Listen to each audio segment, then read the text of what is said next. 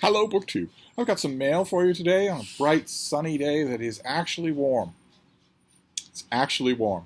Windows open, you're bound to hear more background noise than usual, with no thought of mediating. In fact, in the afternoon, I'm going to be looking at the pile of sweatshirts, at the blankets that are strategically placed everywhere to be within easy reach, with a little bit of a weird fishy eye, because I know that a little bit of cool weather is probably coming back before the summer starts in earnest, but we're getting a little preview today. Warmth, genuine warmth, of the type that when I took the bean outside we went out first thing this morning, but when I took her out for our first real walk in the mid-morning, when the sun was over the crest of the hill and well and truly the day had started, it was the very first time that I thought, oh, okay, we should take it easy, because she just charges ahead. And she's very vulnerable to the heat. She never actually outgrew that. Puppies tend to overheat, and she tended to overheat when she was a puppy, but she never actually outgrew that. It wilts her, and she doesn't admit that. So lovely, lovely day, and we've got some mail. And I'm feeling cocky because the last few mail hauls have gone well.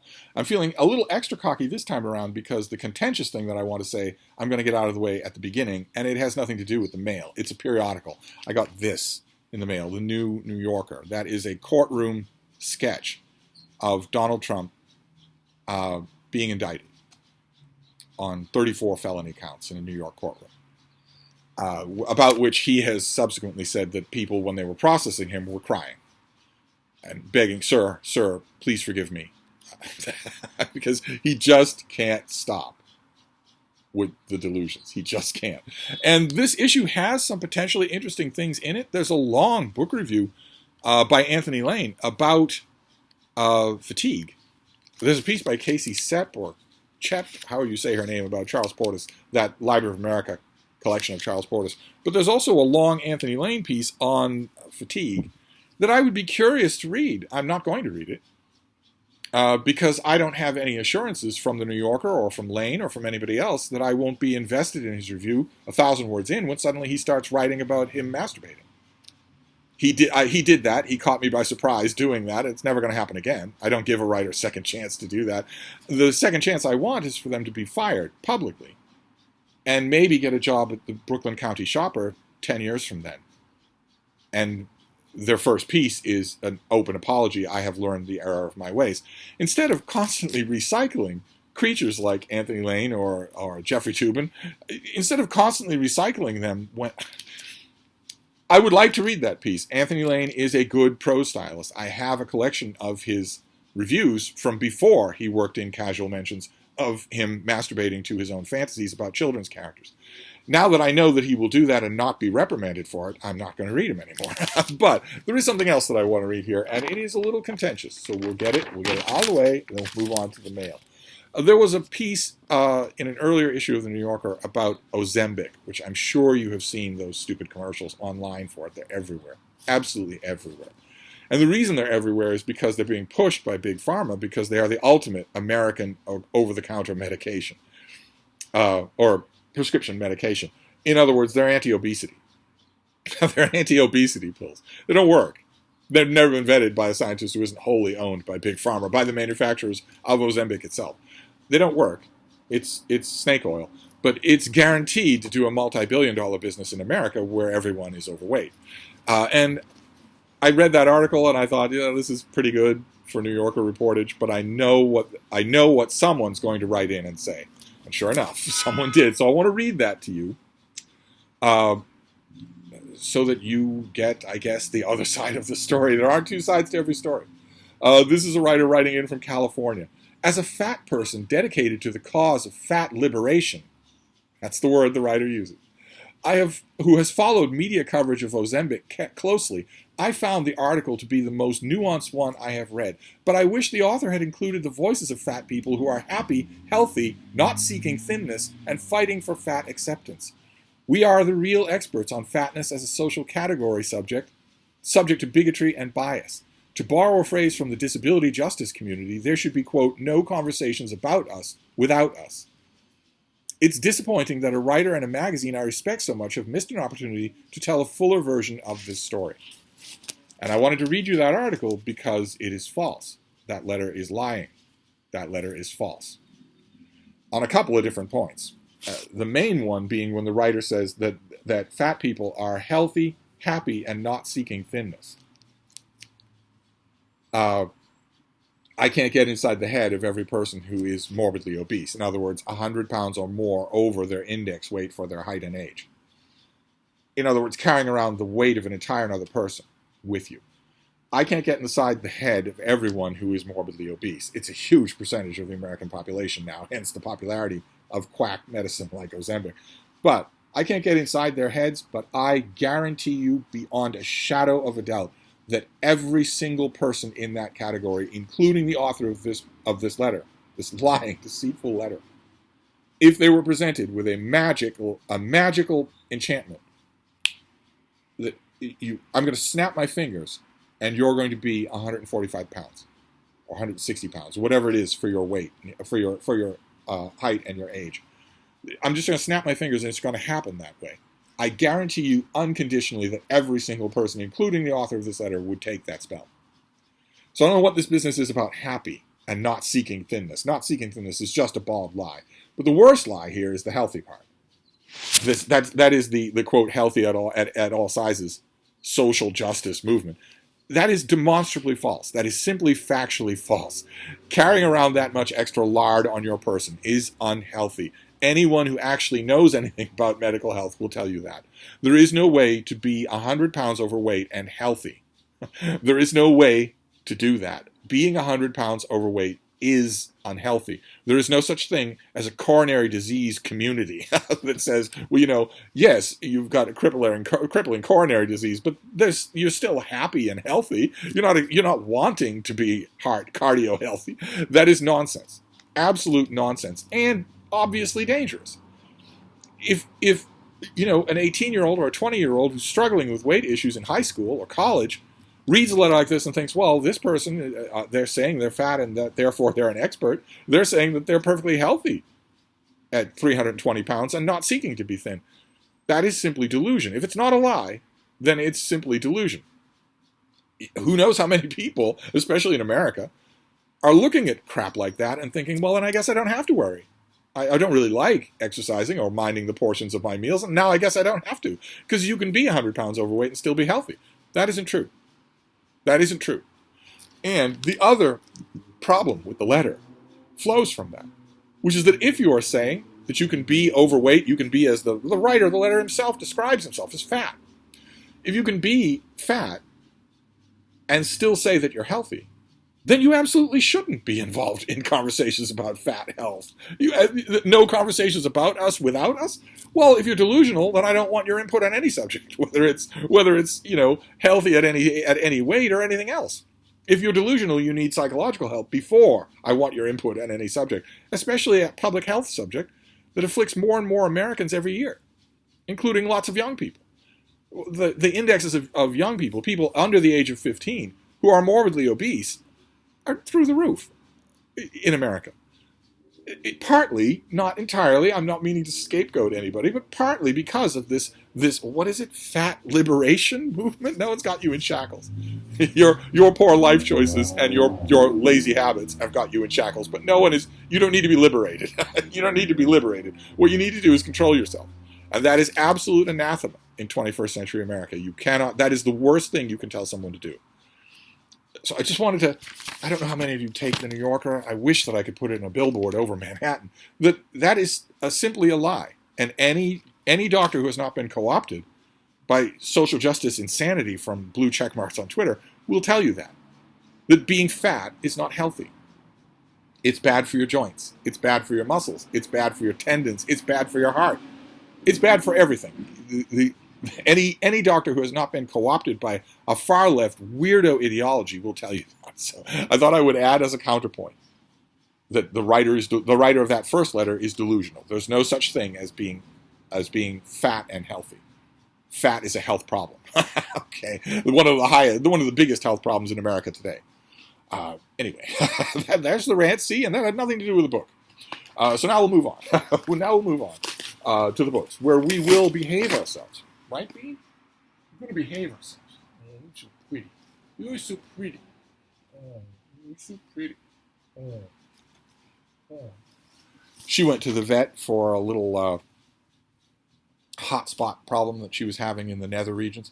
I thought maybe there was something that they could do for her, and there's a vet that's literally 20 feet from my door. They're new, and they're wonderful.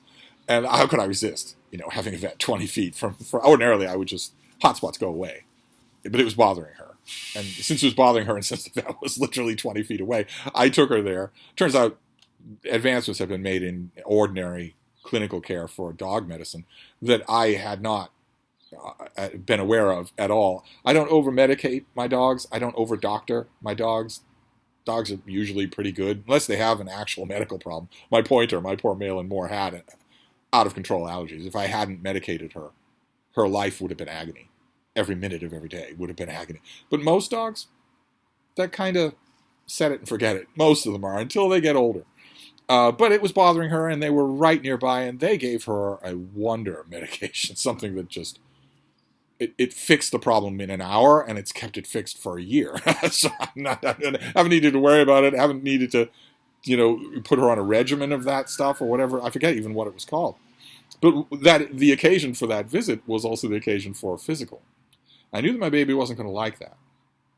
She's perfectly happy to smooch and, dance on people and jump up on people and whatnot. She doesn't like being handled by anybody but me. But she was good about it. She's generally good about everything. And at one point in that exam, the doctor said, well, she looks like she's about 5-6 pounds overweight. And the doctor paused and looked me in the eye.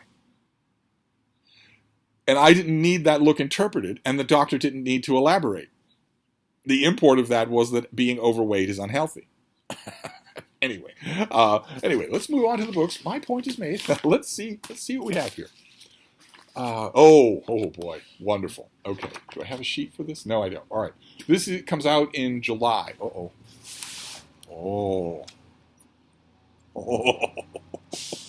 Oh, stretch those glutes. There you go, baby.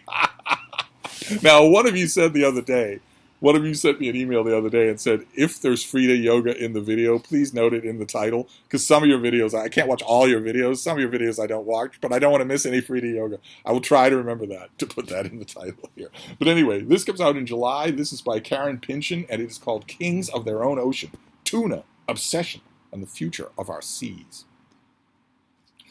Natural history about tuna. What have we got here? This is a tale of human obsession, one intrepid tuna, the dedicated fisherman who caught and set her free, and the promises of limits of ocean science, and the big truth of how our insatiable appetite for bluefin transformed a cottage industry into a global dilemma. I think we already saw an advanced copy of this. In 2004, an enigmatic charter captain named Al Anderson caught and marked one Atlantic bluefin tuna off New England's coast with a plastic fish tag. 14 years later, that fish, dubbed Amelia for her ocean-spanning journeys, died in a Mediterranean fish trap, sparking the author's riveting investigation into the marvels, struggles, and prehistoric legacy of this remarkable species.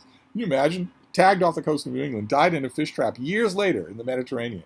How many predators did it face between those two destinations? How many hurricanes did it hear churning along the surface, out in the ocean, far away from anybody? Over his fishing career, Al marked more than 60,000 fish with plastic tags, an obsession that made him nearly as many enemies as it did friends. His quest landed him in the crossfire of an ongoing fight between the booming bluefin tuna industry and desperate conservation efforts, a conflict that is once again heating up as overfishing and climate change threaten the fish's fate. Okay, so I'm hoping that in the interstices of Al's story, I will learn a lot about bluefin tuna. That'd be great, in the classic way of natural history. So let's see, let's move on here. I wonder if all these will be advanced copies with nothing adding to the TBR. Okay, well, this is also an advanced copy. All right, great. This is August. This is Jill Lepore, who I cannot recommend strongly enough. She wrote a history of America called These Truths that I strongly, strongly recommend. And this is a collection of her deadline prose, The Deadline, essays. These are not essays. These will almost certainly be just reprinted book reviews. Let's see if the, yeah, trying to dress it up. Very, very nice. But we've seen this before. This will almost certainly be repurposed deadline prose. Oh, you're not going to tell me? No. Oh, well, this is an advanced copy. So yeah, okay. Some of these essays were previously published under different titles. In let's see here, the New Yorker, uh, bits and pieces of these truths, introduction to other books. Not that that matters. I don't mind. It's just that it, authors tend to do this. They tend to gussy these things up for a separate publication. They're a hard sell anyway. I would imagine with Jill Lepore, it might be an easier thing. So this will be, what have we got here? Few, if any, historians have brought such insight, wisdom, and empathy to public discourse as Jill Lepore. In the 21st century, I hope you mean. I hope that's what that means. Arriving at the New Yorker in 2005, Lepore, with her panoptical range and razor-sharp style, brought a transporting freshness and a literary vivacity to everything from profiles of long-dead writers to urgent constitutional analysis to an unsparing scrutiny of the woeful affairs of the nation itself. The astonishing essays collected in this book offer a prismatic portrait of America's techno-utopian frantic fractiousness and unprecedented but armed aimlessness. Okay, well, I'm up for it anyway. I'm not up for it right away. This is August. That's a long, hot fire season away from now. But I'm happy to do it. And also, I can't help but notice again the American cover design. Here you have these big block letters that I don't particularly like. I guess they're the cheapest kind of font that you can use. They're all over the place in thrillers, for instance. But there's an effectiveness to it, them being on a white background with the blue tuna right there. And also this. In previous years, when we have looked and lamented at American book design, this would have been a white cover with a red stripe. Instead, it's a red paint swipe. It's a paintbrush that has done that. That's an elegant detail there. That saves the cover. So that's great. There you go. We're 2 for 2. So let's move on here. I have to remember to put Frieda Yoga in the title. One of you made a very pointed request along those lines. Said, look, I don't watch every one of your videos. Now, I don't agree with that. But some of you pick and choose. But one of you said, I don't watch every one of your videos, but I don't want to miss Frieda Yoga. So I'll have to remember to do that. So this is another one. This also comes out in August. This is another August release. This is Cosmic Scholar, the filmmaker, folklorist, and mystic who transformed American art. The Life and Times of Harry Smith. Let's see here. 2023 marks the centenary of Harry Smith's birth, and a perfect moment to take stock of his influences and legacies. In this book, the author shows readers how Smith's path-breaking experimental films would go on to inspire many artists to come. He shows that, as a precocious amateur anthropologist who documented the cultures of indigenous people in the Pacific Northwest and elsewhere, Smith was ahead of his time. The author follows Smith's trail from Washington State to the Bay Area to New York as he encounters luminaries such as Allen Ginsberg, Jonas Mekas, Patti Smith, and the author gives a fresh account of the creation and impact of the Anthology of American Folk Music, which Smith compiled from his own collection of 78s, which would go on to inspire generations of musicians from Bob Dylan, I knew that was coming, to Elvis Costello and beyond, ultimately earning Smith a Grammy Award for Lifetime Achievement in 1991, shortly before his death from lung cancer. Don't know anything about this guy, but I'm going to take a wild guess that in 1991 he died from lung cancer or the complications of lung cancer. Okay, well, this author has written biographies of Miles Davis, Sun Ra, and Billie Holiday, and this comes out in August. I imagine some of you probably know Harry Smith a lot better than I do. I bet some of you do. Very interesting, though. Let's make sure that we have the date nice and prominent there. That comes out at the end of August. All right, then we have a couple of boxes, and then we'll be done. I have a good feeling about this mail haul. I don't think we're going to get. I maybe got into trouble with the healthy at any size crowd, but they're nuts anyway. That is just a flat fact of physiology. There's no way for you to argue that, but people will. But anyway, oh great. Okay, this is from Oxford University Press. I requested this. Oh, this is nice and heavy too. This is by Ursula Goodenough, and this is The Sacred Depths of Nature: How Life Has Emerged and Evolved. Of course, you know, you want to bristle just a bit there at the evocative title because there is nothing sacred about nature. but this is a cute little thing, a smaller little thing. I don't have a sheet for it, Let's see what we have here. The existence of the cosmos invokes a sense of mystery. The exuberance of biodiversity strikes us with humility and reverence. Does it indeed? Does it really? Tell that to the 6 million pigs who are killed in America every year. The evolution of consciousness opens pathways to experiences of immanence and transcendence. The evolution of death offers important ways to think about our own forthcoming paths. Death is not a biological organism, so it has not evolved. Maybe I read the book to understand what's going on here. Building on the well-received first edition, because notice this is the second edition. Is that light bothering us? There we go.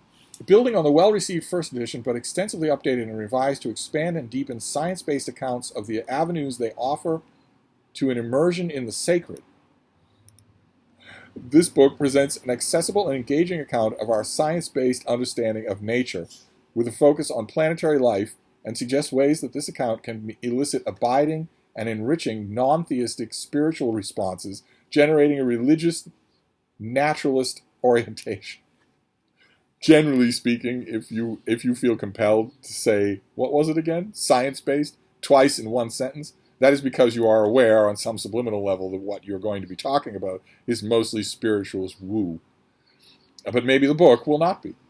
Each chapter begins with a story about the dynamics of nature, recounting what has been called the epic of evolution, or everybody's story. Our current understanding of the origins of the universe and the planet, the origins of chemistry and life, the workings of cells and organisms, the patterns of biological evolution and resultant biodiversity, awareness and feelings, sex and intimacy, multicellularity and death, and human evolution. Notice what's not there, because it can't be studied, because it doesn't exist. The spiritual. It's not there. Each chapter concludes with a reflection that articulates spiritual sensibilities elicited by these understandings, many of which are also central to the traditional religions and to indigenous peoples. Okay, well, that's a fine line to walk. We'll see if this author can do it. I'm pretty sure this is out already, so this goes right on the reading list for today. In fact, I won't even put it on the TBR for tonight because it's so small that I'll be able to deal with it this afternoon sometime. We'll see. Maybe the author can walk that fine line. It's pretty difficult to do. Then we'll do the last box, which is from W.W. Norton, and they are my favorite non-Penguin publisher. So I have to hope that this is just a gem. What have we got here? Oh, okay. This is a finished copy. This comes out. You're going to give me a date here? Early May. So this can also go on the TBR for tonight. We've already seen it. This is Tanya Brownigan's book, Red Memory, The Afterlives of China's Cultural Revolution. This is the finished copy. We might as well go over it again just a bit, because not every one of you watches every one of my videos. This is what I've been told. Not happy about that at all. That's not the kind of parasocial relationship that we actually have here. Okay? You watch every one of my videos, even the ones, especially the ones where the title makes you think you aren't interested. You watch them anyway, carefully, lovingly, and you also send me tech. Anyway, the author spent 7 years stationed in Beijing as the Guardian's China correspondent, covering the country as it transformed itself and the world at an unprecedented speed. In writing about China, its economy, politics, society, and culture, a powerful theme emerged. It is impossible to understand China today, the author writes, without understanding the Cultural Revolution. It didn't come up much when I was visiting the country. Maybe that was pointed. Maybe it was intentionally being avoided, but it really didn't come up. The decade of Maoist fanaticism between 1966 and 1976 that brought condemnation, imprisonment, and death upon millions of supposed political sinners. Though the Cultural Revolution is one of the most important periods in Chinese history, official censorship, myth-making, and personal trauma have conspired in what Brannigan calls a kind of national amnesia. And I have the advanced copy of this. I have not got to it, so this goes on the list for tonight. Absolutely. Here, let's origami this thing so that the date is immediately visible when I open it, because I wanted a reminder. Although I don't really need the reminder. I might need the reminder for the date of when a review will go, but I want to make sure that the date is the first thing that I see here. I'm going to read it tonight, but I'm talking about reviewing it. So This is early May. Those of you who are fans of reading about China. Contemporary China is an unbelievably fascinating subject, and it sounds like this author is going to know it to a fairly well, having spent a huge amount of time there, solely with her own job being to understand the culture and history. That's great when you get that kind of experience. So we have Red Memory, the finished copy. We have The Sacred Depths of Nature.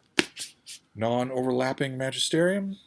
Apparently not. We shall see. We have Cosmic Scholar, The Life and Times of Harry Smith. Sure that there's a Harry Smith fan out there who might want this book for possible review purposes. Feel free to let me know. Then we have The Deadline, periodic Deadline prose by Jill Lepore. Can't wait. I will wait, because it's a long time away, but still. And Kings of Their Own Ocean, a book about bluefin tuna.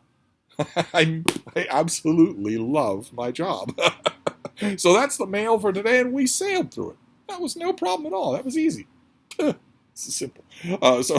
So that now that I've got that pride out of the way, next cometh the fall. But we'll see that we'll test the water tomorrow and see how that goes. So I'll wrap this up for now. I will see you then. Thank you, BookTube.